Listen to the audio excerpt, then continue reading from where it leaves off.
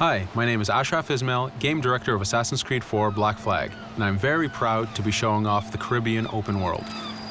Here, we're going to start with Edward. After completing a few missions, he's met up with the assassins, but he's not yet bought into the creed, so he still has this selfish need for fame and fortune. Edward is one of the most unique characters we've created for the Assassin's Creed universe. He is a man who is still trying to figure out who he is in life and what he wants to get out of it. At this point in the story, he still wants that fame, so one way to get it is to complete these assassination contracts. This is a way to make money and to gain a bit of notoriety. So here we go. We have 2 targets to take out, 2 Templar brothers. So we're going to accept the contract, and the world map is going to show us where this contract takes place. So we see here that the contract is actually very close to us. It starts in the village we're in, but as we zoom out, we want to show you the world that we have. Many locations, over 50 locations, centered by Cuba, the Bahamas, and Florida up north. This is a massive world. There's a lot to find and do in this Caribbean Sea. But now we'll get back to the Fisherman Village and go after our targets. The Fisherman Village, it's one type of location in this world. It's really here as a convenience to the player. This is where you can start missions, where you can shop to upgrade Edward and the Jackdaw itself. It's really about the mood and the ambiance of the Caribbean Sea.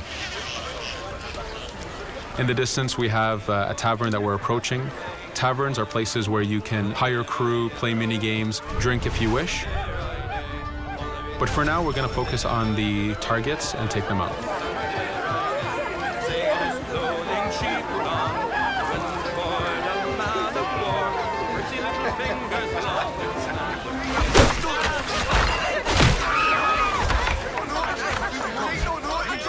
Now that we've taken out one brother, the other one's going to bolt.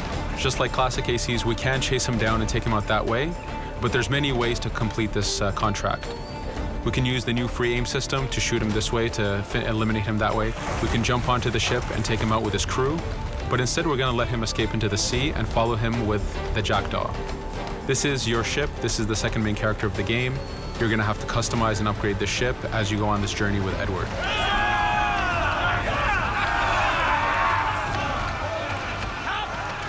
We've seamlessly gone from a ground chase right into a naval chase.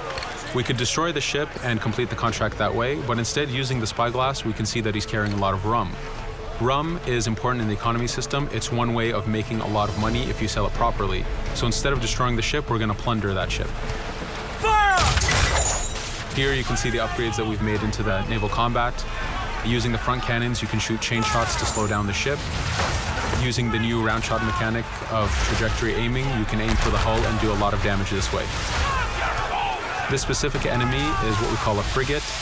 Frigates are the type of ships that you need to destroy as fast as you can, because the longer the fight lasts, the more damage they're capable of doing. We have other enemy types like the Charger or the Man of War.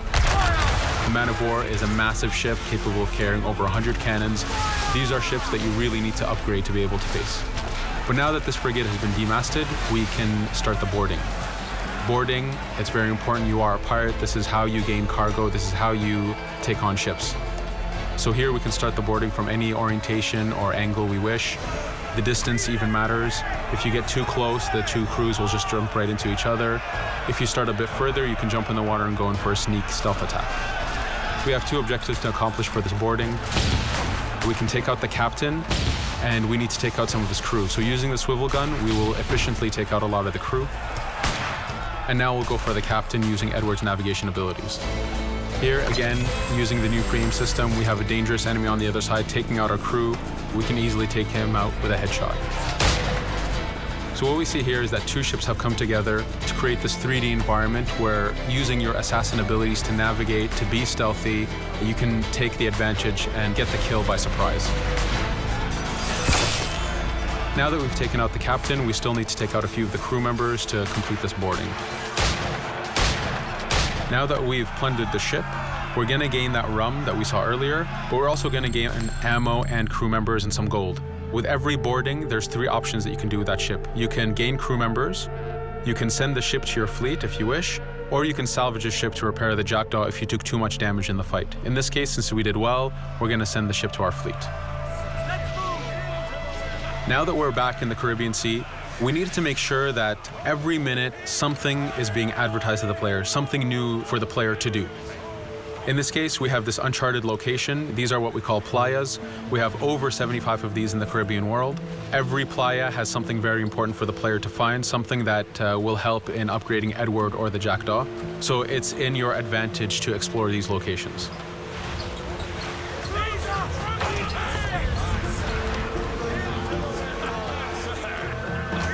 Again, for us, seamlessness is very important. We needed to be able to explore this Caribbean world without having too much interruption in the action. So being able to just let go of the wheel anywhere we want, jump into the water, and swim over to that location. This is very important for the mood and the immersiveness of this Caribbean open world.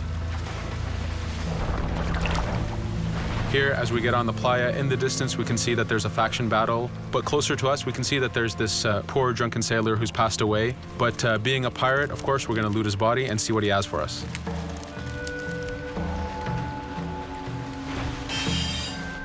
So we found a treasure map. This treasure map is asking us to go to an island called Misteriosa.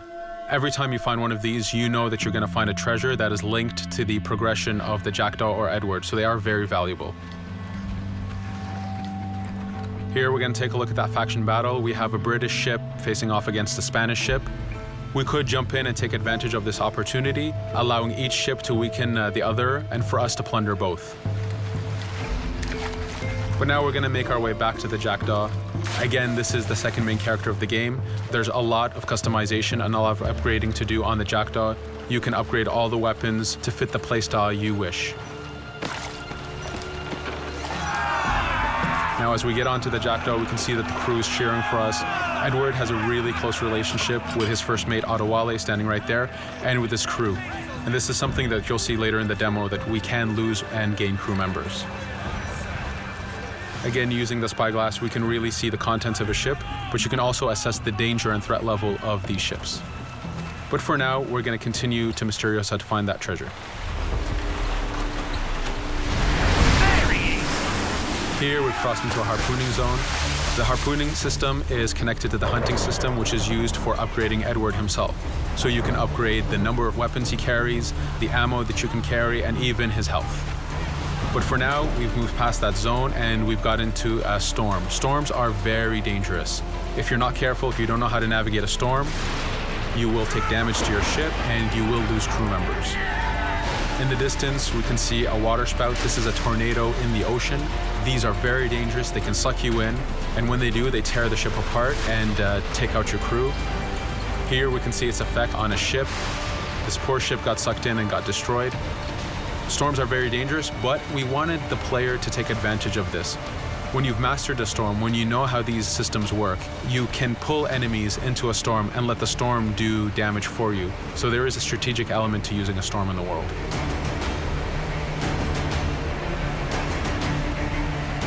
Here we can see that the storm is dying down a bit, but there's still this torrential downpour. It was very important for us to get the real mood of and atmosphere of the Caribbean in the weather cycles and in the daytime cycles.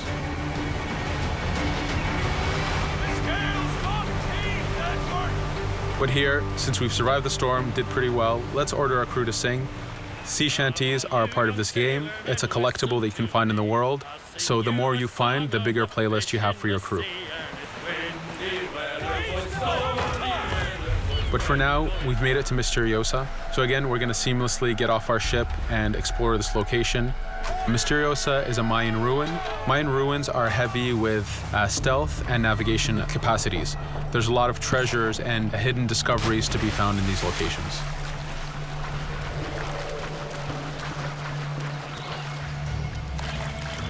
If we recall the treasure map, the treasure is hidden behind a temple. So just by quickly looking around, we can see that temple looks about right. So that's our objective. We'll head there. As we go this way, we can see there's a lot of guards on the beach. We could go in and fight them if we wish to, but to show off that this is a mini open world, we're going to try to find a different route to get to our objective. Here, we've seen a guard. We don't want to alert him, and we don't want to alert the guards on the beach, so we're going to use our stealth ability to take him out silently.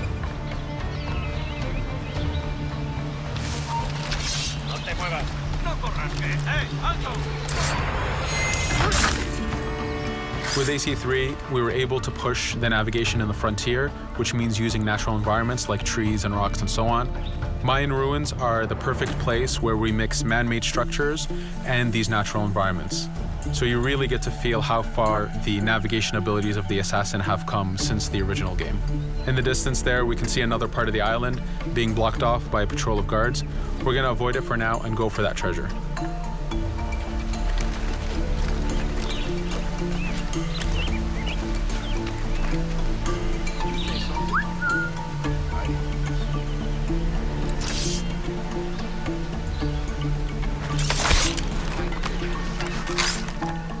It's important for us to be able to give the players new tools, specifically for stealth. In this case, we have the blowpipe.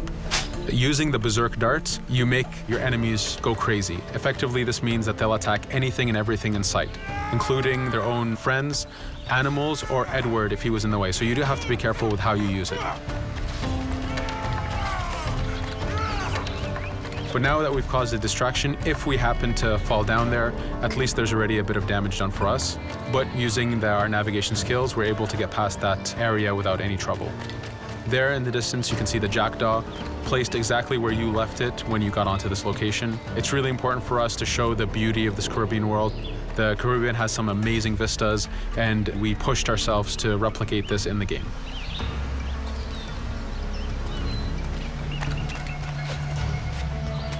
As we continue forward, we can see in the distance there's a couple prisoners that are taken hostage. This is a scenario that you need to use stealth. If you're detected by those guards, they will kill the hostages. So in this case, it's to your advantage to use the environment to figure out how you can take out those guards without being detected. In this case, it's 2 guards, so it's not too hard.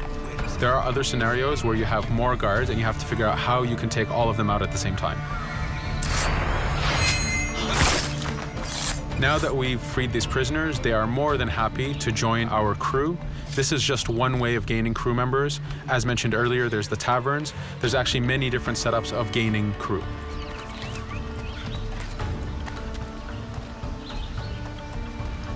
Here, we're going to go back to the treasure map.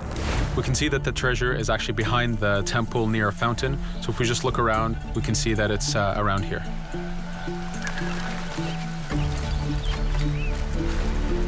Now that we've found the treasure, what we've actually found is a blueprint. Blueprints are incredibly valuable for the upgrading of the jackdaw. This is how you can upgrade the biggest and most devastating upgrades of the ship. So here we're approaching a reach high point. Just like classic ACs, synchronizing with a reach high point reveals the contents of a location and the map itself. But as an added feature, because this game world is so huge, there are many different locations, this also becomes a fast travel point. So now you can, by synchronizing, now you can come back here anytime you wish to collect those treasures that we passed up a bit earlier. Here we've reached the end of the demo. This was a tease of the open world that we have. We're very excited to be able to show off this game and to let you play it very soon. Thank you for joining us.